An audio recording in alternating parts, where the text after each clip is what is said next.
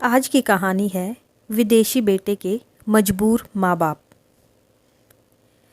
दरवाजे पर सुबह सुबह दस्तक होती है और बलजीत जी दरवाज़ा खोलने के लिए जाते हैं और सामने अपने छोटे भाई परमजीत को खड़ा देखकर उसको हंसते हुए अंदर आने के लिए कहते हैं।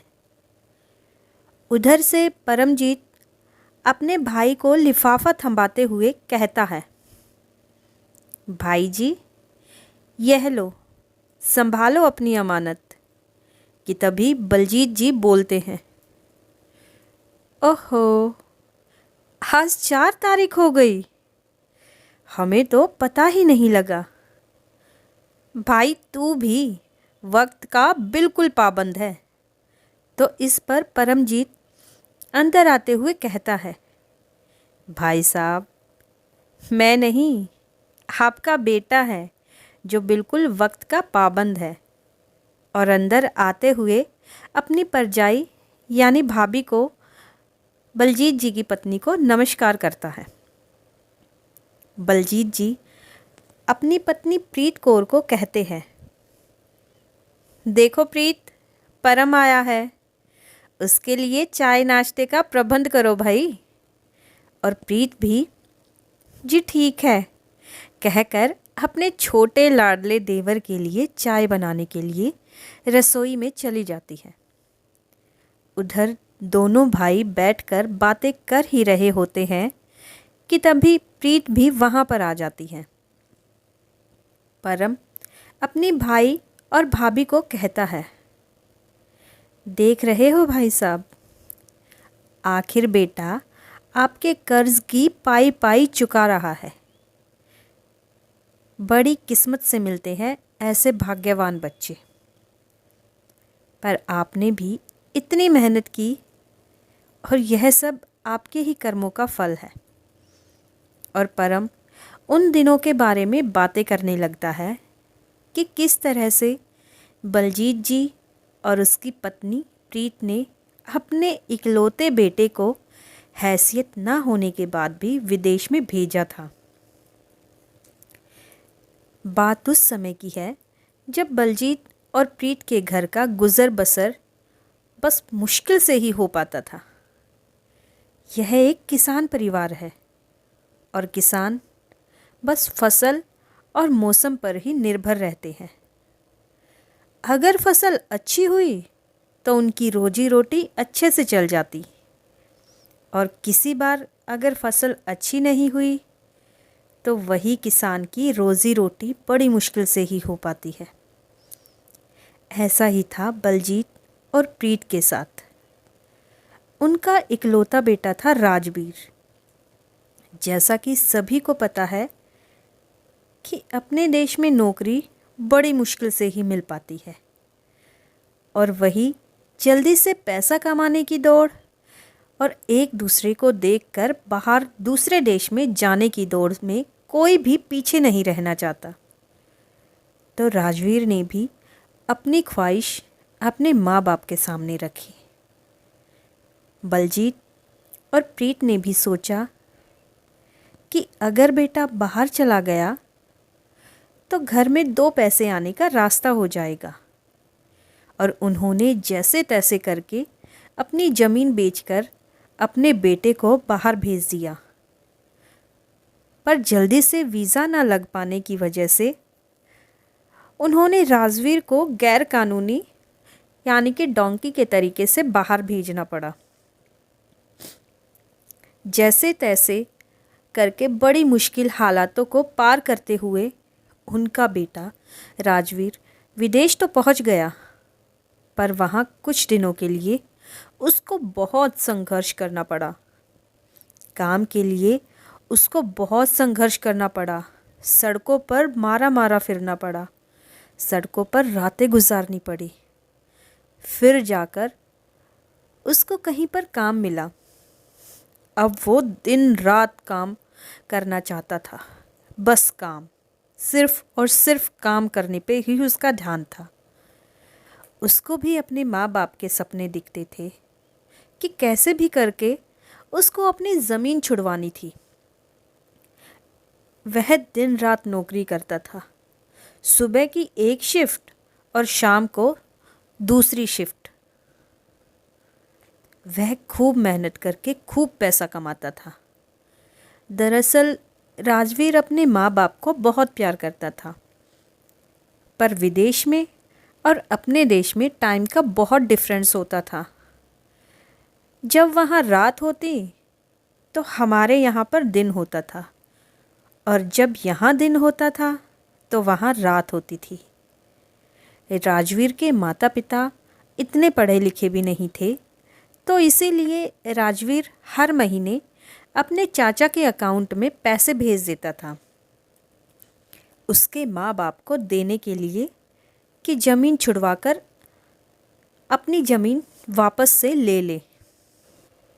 राजवीर के काम में व्यस्त होने के कारण बलजीत जी और प्रीत अपने बेटे राजवीर से बहुत ज़्यादा बात नहीं कर पाते थे, पर राजवीर हर महीने की 4 तारीख को अपने माता पिता के लिए पैसे भेज देता था। ऐसे ही सुबह सुबह राजवीर के चाचा यानी बलजीत जी के भाई परम अपने भाई और भाभी को उसके पैसे लौटाने आता है। आज भी वह उनको उनके पैसे देने ही आया था, और सब पुराने दिनों को याद करते हुए उन यादों से बाहर आते हैं। और फिर प्रीत सबका ध्यान दिलाते हुए कहती है, अरे जल्दी से चाय पी लो, नहीं तो चाय ठंडी हो जाएगी। और परमजीत फिर से अपनी भाभी से कहता है, बहुत किस्मत वाली हो भाभी आप, जो आपको राजवीर जैसा बेटा मिला, वरना आजकल के बच्चे तो सिर्फ अपने शौक पूरे करने जानते हैं, माँ बाप की उनको कुछ नहीं पड़ी। अब लगता है कि राजवीर बहुत बड़ा हो गया और अपनी जिम्मेदारी बखूबी निभाना जानता है।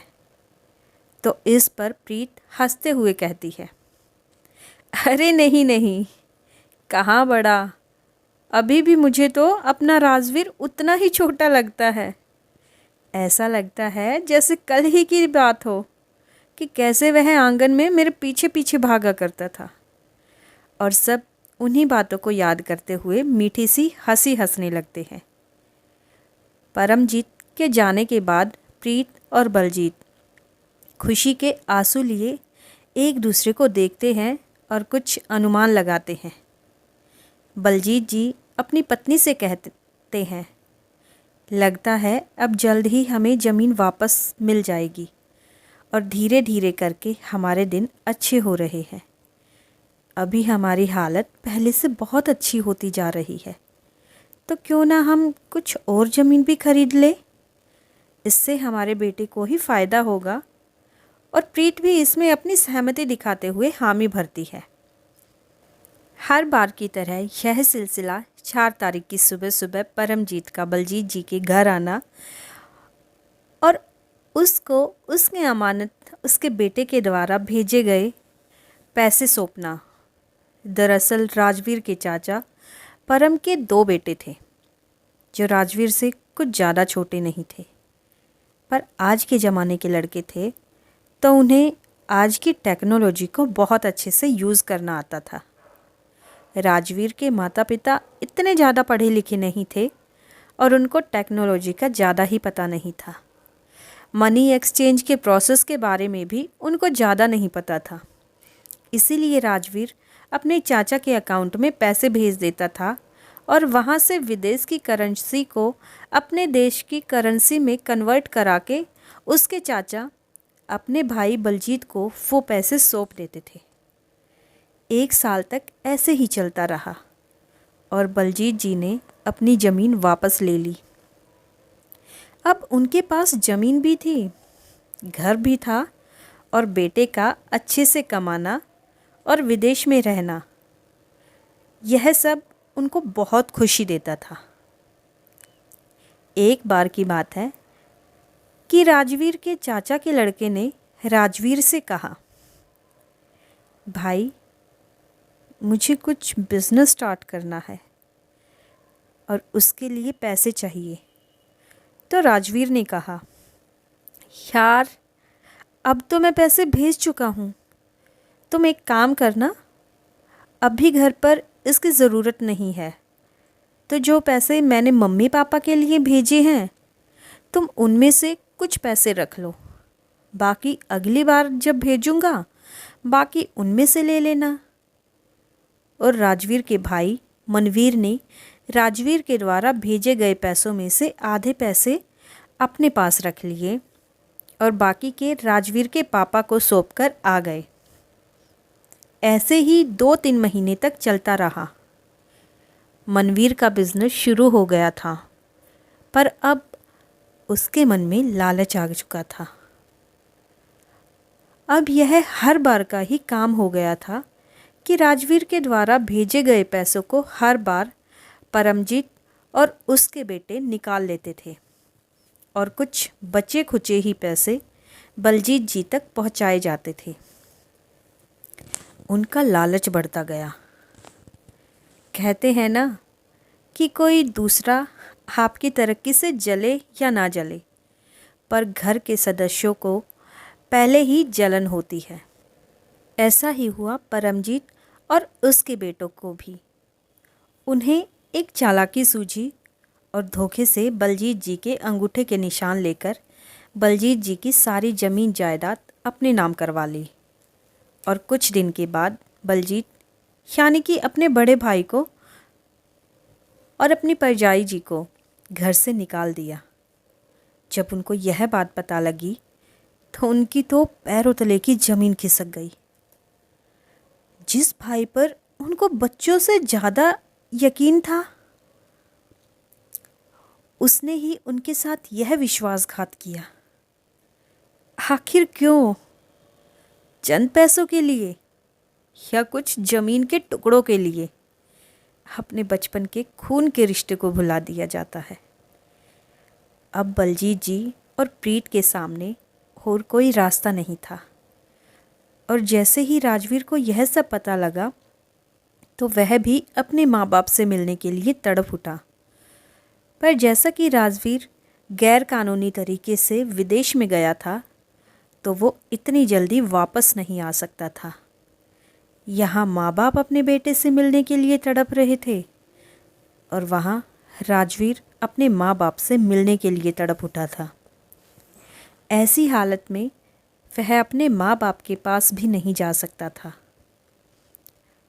वह उनका सहारा भी नहीं बन सकता था क्योंकि दूरी थोड़ी सी नहीं थी, हज़ारों मीलों की दूर थी।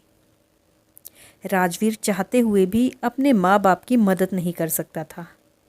राजवीर और उसके माँ बाप के मन में भी यही डर आ गया था कि जब अपने ही खून ने साथ नहीं दिया तो अपने खून ने ही विश्वासघात कर दिया तो किसी और पर क्या यकीन कर सकते हैं।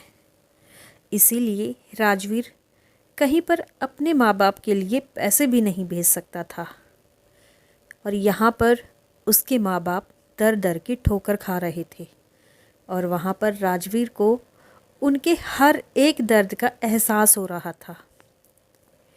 दोस्तों, कई बार हमारे सामने ऐसी सिचुएशंस आ जाती हैं कि हम उन सिचुएशन में चाह कर भी कुछ नहीं कर सकते, जैसा कि राजवीर के साथ हुआ। राजवीर चाह कर भी अपने देश वापस नहीं आ सकता था, अपने माँ बाप की मदद नहीं कर सकता था और जब वह वापस आया तब तक तो उसके माँ बाप बहुत कुछ भुगत चुके थे। हमारे बच्चे हमसे दूर विदेशों में चले तो जाते हैं, पर उनकी भी मजबूरी होती है कि वह अपने माँ बाप के साथ हर सुख दुख में खड़े नहीं हो सकते। अगर किसी प्रियजन की मृत्यु हो जाए तो वह तो अचानक से आ भी नहीं सकते। जब तक वह आते हैं तब तक तो क्रियाक्रम हो चुका होता है। दोस्तों, अगर आपको आज की कहानी पसंद आई हो तो आप वीडियो को लाइक और शेयर और कमेंट ज़रूर करें और आगे भी इसी तरह की कहानियों के लिए चैनल को सब्सक्राइब कीजिए। Thanks for watching and keep spotting.